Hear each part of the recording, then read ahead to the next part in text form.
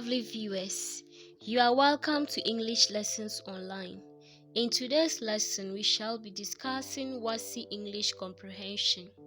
Please subscribe to our channel and click the notification bell to get notified when we upload a new video. Let's start today's lesson. Comprehension. Comprehension comes from the word comprehend, which means to understand. This understanding comes from the interaction between the words that are read and how they trigger knowledge outside the text or passage. The comprehension test generally is meant to test the candidate's understanding of the passage as well as the ability of the candidate to extract relevant information from the passage. The comprehension test is aimed at establishing the following. 1. The candidate's understanding of the passage and the ability of the candidate to select important points from the passage as effectively as possible. 2. The ability of candidates to explain individual words from the passage in relation to their context. 3. The ability of candidates to identify words, phrases, and clauses and their functions in sentences. 4. Whether candidates can replace some words or phrases in a passage with their own words or phrases appropriately. 5. Whether candidates can identify figures of speech in a passage and their uses. How to approach the comprehension test. Comprehension passages can be approached in various ways. Number 1. The candidate can begin by skimming through the passage. Skimming through the passage means reading through the passage quickly. This gives the candidate a general idea of the subject matter. After quickly reading through it, the candidate can read through the questions. That's number 2 approach.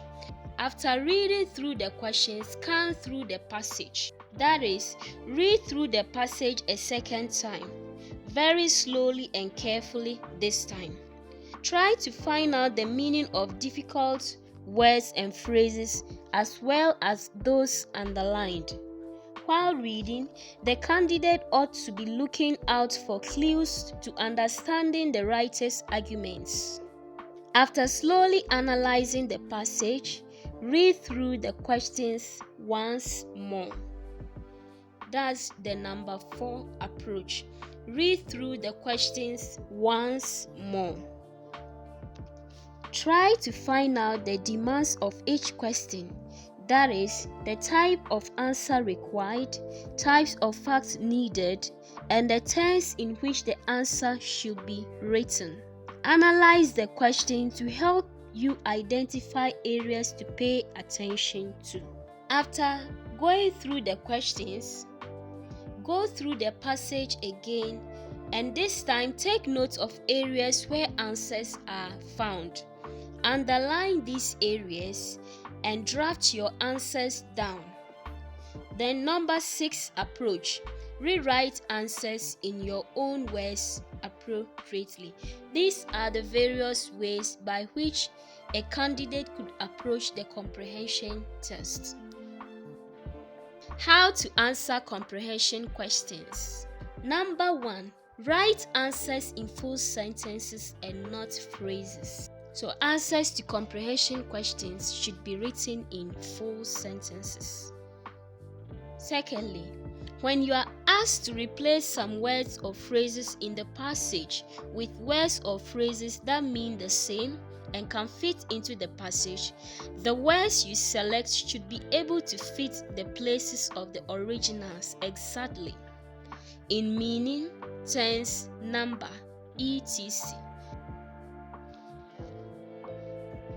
Now let us look at reasons why most candidates fail Wassce comprehension test. In other words, reasons why candidates do not score the full marks. 1. Failure to follow instructions. Most candidates do not perform well in comprehension because they fail to follow instructions correctly. For example, the area of comprehension which requires that the candidate replace a word or phrase in the passage with his or her own word or phrase is not usually answered correctly. Most students explain the given word or write a sentence describing its meaning instead of giving another word which mean the same as required. Candidates must do well to strictly follow instructions on the question paper. Secondly, many candidates commit grammatical mistakes when answering comprehension questions. 3. Some candidates bring in their own opinions outside of the passage. The answers you give should be according to the context of the passage and not your own opinions or your own experiences. 4. Some candidates also copy out sentences directly from the passage as their answers to comprehension questions. Please do not copy from the passage word for word. Now let us look at types of comprehension questions. In today's lesson, we shall look at the 4 types of comprehension questions: vocabulary or lexical questions, grammatic questions, factual or direct questions, and appreciative questions. Now let us look at each of these in detail. Vocabulary or lexical questions. These are questions that test your knowledge of vocabulary. They require the candidate to understand the meaning of a word in the context in which it is used in the passage. Sometimes you may be required to explain what a word means. At other times, you may be asked to replace an underlined word or phrase with a word or phrase of your own which mean the same as the underlined word. For example, let's read this text and use it to help us understand vocabulary or lexical questions. As the teacher motioned to me to receive my punishment for coming late, he muttered in a voice full of concern, "We have a sacred duty to mold you children into responsible adults. My young man, spare the rod and you will spoil the child." Quote and unquote. That comment brought an instant understanding to me, and I comported myself to receive my well-deserved punishment. Now let us look at the questions.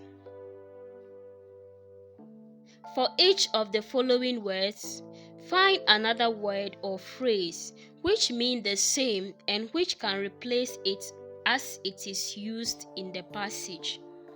I motioned. I mold.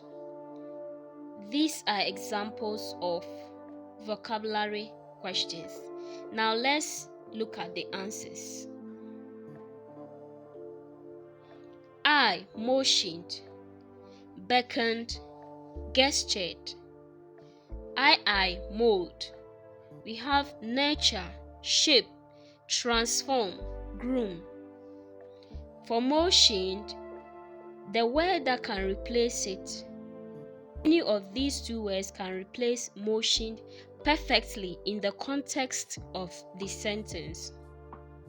The mold, the words nurture, shape, transform, groom. Any of them can also replace mold perfectly in the context of the sentence.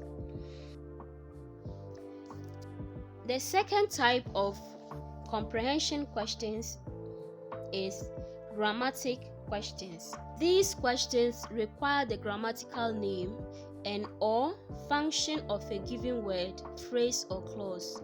Grammatical name refers to the part of speech, while grammatical function refers to what role the given word or phrase plays in a sentence. Let us look at an example. So let's read this text and then the questions under it. The teacher on duty, who happened to know how close my brother's house was to the school, asked me, "When did you leave home for school?" Quote and unquote. "1 hour ago, sir," I replied. So this is the text we'll be getting the question from. So let us look at the question. Who happened to know how close my brother's house was to school? I. What grammatical name is given to this expression as it is used in the passage? I. What is its function? So I is requesting for the part of speech of the underlined, while I is requesting for the role it plays in the sentence. Answers. I.